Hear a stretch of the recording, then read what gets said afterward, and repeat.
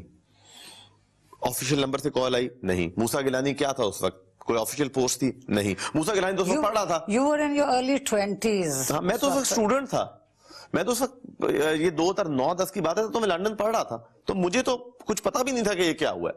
اور میں انویسٹیگیشن کے اندر کرتے تھے فون لوگوں کو کہ یہ کام کر دیں اور یہ کام کر دیں. میرا رول ہی نہیں تھا اس میں. اور جب میں ایم این اے بن گیا اسی دوران, اور جب جیسے میں ایم این اے بنا پھر ہی میرے اوپر یہ کیس سٹارٹ ہوا 2 سال بعد, تو میں نے تو بلکہ وہ جو اس وقت جو بھی انویسٹیگیشن آفیسر تھے, میں نے کہا یار میں اب ایم این اے ہوں, میرا باپ وزیر اعظم ہے, اور میں اپنے حلقے کے ایک چھوٹے سے کانسٹیبل کے ٹرانسفر کے لیے اپنے ملتان کے سی پی او کو کہہ رہا ہوں کہ پلیز یہ جو ڈرائیور کانسٹیبل ہے یہ ہارٹ پیشنٹ ہے, اس نے مجھے ریکویسٹ کیا کہ مجھے آپ پولیس لائن میں کروا دیں, میں ڈیوٹی نہیں کر سکتا تھانے پر. میرا سی پی او جو ہے وہ اپنے ایم این اے کا ٹرانسفر کا آرڈر نہیں مان رہا, میری ریکویسٹ وہ نہیں مان رہا. تو یہ جو ڈی جی صاحب ہیں یہ میرے خلاف وعدہ ماں گواہ بھی بن گئے اور کہتے ہیں کہ میں نے موسیٰ گیلانی کا کال آئی تو میں نے دے دیا کوٹا. تو پھر ہم نے تمہیں کیوں لگایا ہوا تھا؟ اگر تم نے اس وقت تم پریس کانفرنس کر دیتے کہ مجھے یہ کال آ رہی ہے موسیٰ گیلانی کی اور یہ مجھے انلیگل کام کرنے کے لیے کہہ رہا ہے, تو اسی وقت کر دیتا. آپ لوگوں کو اس چیز کا تو احساس ہے کہ وہ ساری چیزیں ساتھ ساتھ چلتی آئیں. اس وقت حالات اور تھے نا, مطلب اس کے ریزنز اور تھے. وہ ریزنز جو تھے وہ they were different reasons. ہمارے اوپر کیسز جو تھے وہ اس لیے نہیں تھے کہ کیس میں سے کوئی ریکوری کرنی تھی, کوئی تو میٹر ہی نہیں ہے نا. آج 50,000 کاغذ ہیں, اس میں نکلا ہوا ہے کہ موسیٰ گیلانی نے کوئی, جب نکالا اس میں باتیں اربوں روپے کی ہو رہی ہیں, 10 لاکھ روپے, مطلب سوری 10 لاکھ سے. ہاں بفور آئی فورگیٹ, جو بہت ہمیشہ جب آپ لوگوں کی فیملی کا نام آتا ہے, نیکلس ٹرکش فرسٹ لیڈی نے آپ کی ابو کو, جو پرائم منسٹر آف پاکستان یوسف رضا گیلانی کو ایک نیکلس دیا کہ 2010 کے فلڈ افیکٹڈ لوگوں کے لیے ڈونیشن دی, تو وہ سٹوری بھی آج سنا دیں. اس نیکلس کی کیا کہانی؟ وہ سٹوری تو یوسف رضا گیلانی صاحب نے آسما شرازی کو پوری سٹوری سنائی, اور وہ نیکلس دیا بھی اس کے سامنے, میڈیا کے سامنے واپس کیا, کیونکہ وہ ایک ایسی چیز ہے کہ وچ نارمل ہاؤس ہولڈ, وہ مطلب ایک نارمل ہاؤس ہولڈ جو ہے اس کو ہر بندہ اس کے ساتھ ریلیٹ کر سکتا ہے. کہ وہ ایک جب وہاں پر گئے تو وہاں پر 10 دلہنیں تھیں, وہ ایک کو تو نہیں دے سکتے تھے, تو then it was bought by NADRA, اور نادرا نے وہ پیسے ایکولی ڈیوائڈ کر دیے. وہ جو نیکلس تھا وہ کسی آفیسر کے ساتھ رہ گیا, اس کو نہیں پتا تھا کہ گیلانی صاحب نے موقع پہ یہ فیصلہ کیا کہ یہ میں ایک تو اس کو ڈیوائڈ تو نہیں کر سکتے, وہ ایک چین سی تھی, وہ نیکلس تو اس طرح تھا نہیں. تو مطلب 2 لاکھ روپے کا تھا, ہاں 2 لاکھ روپے کا وہ نیکلس تھا, اس کی ویلیو تھی. لیکن اس کو ہم نے, جب وہ نیکلس کی بات ہوتا ہے تو لوگ شاید سمجھتے ہیں کہ کوہ نور ہیرا, مطلب اب یہ باتیں ہیں نا. اب وہ جب پرائم منسٹر کسی پروگرام پہ جاتا ہے اس کے ساتھ ایک پورا سٹاف ہوتا ہے, تو اس نے اپنے ہاتھ میں تو نہیں لے کے پھر رہا ہوتا نیکلس پہنانے کے لیے, آفیسرز کے پاس ہی تھی چیزیں. تو گیلانی صاحب نے اس کو بڑے اچھے طریقے سے ایکسپلین کیا, and I would recommend everyone to watch that interview. آسما شرازی کا انٹرویو دیکھیں تو ان کو پتہ لگے گا کہ کیا حقیقت. موسیٰ گیلانی بھی کر دینا ایک دفعہ اس بات کی. دیکھیں اس میں وہ you know کہ people ask you this question all the time. اس کا یہ ایشو ہے, ٹویٹر پہ بھی لوگ ٹرول بھی کرتے ہیں. وہ ایک اتنی ایک فضول سی چیز ہے کہ جب گیلانی صاحب نے وہ نادرا کا چیئرمین وہیں پہ بیٹھا ہوا تھا, انہوں نے اسے کہا کہ تم یہ you buy this, کہ یہ ایک ٹرکش فرسٹ لیڈی کا ہے, اینڈ ڈیوائڈ جتنے بھی پیسے ہیں وہ ایکولی تمام دلہنوں میں دے دو ایز اے ڈونیشن. تو وہ اس کو چلا گیا. اب وہ نیکلس جو تھا, نہ چیئرمین نادرا نے اس وقت کہا کہ سر مجھے نیکلس دیں, اسی وقت وہ ایم ایس کے ساتھ یا لوگ بھی ان کے آفیسرز تھے, اسٹاف آفیسر کا گھر آ گیا, انہوں نے وہ جو پرسنل ویلے ہوگا اس کو دے دیا. اتنی دیر میں گورنمنٹ گیلانی صاحب کو سپریم کورٹ والا فیصلہ آ گیا, وی ہیڈ ٹو لیو.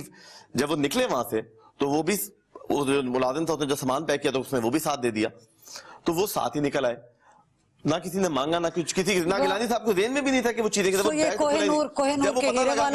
دیکھا وہ پڑا ہوا تھا, انہوں نے کہا کہ میں واپس بھی گیلانی صاحب نے کہا کہ میں سب کے سامنے ان کو پوری سٹوری سنا کے دوں گا. مطلب ہم تو چپ کر کے دے بھی سکتے تھے. آخرکار یہ کہانی اس وقت, okay coming back to my the question I asked earlier, اس وقت کیا سٹیٹس ہے سارے کیسز کے؟ دیکھیں ہم لوگ جو کیسز ہیں گیلانی صاحب کے اوپر جو کیسز ہیں وہ بیسکلی تو irregularities کے بنائے ہوئے انہوں نے, کہ بس نام آ جائے تو ہم بتا لیں کہ جی آپ نے یہ کیا. اس میں کوئی بھی کہیں پر بھی کسی بھی کیس پہ فائنینشیل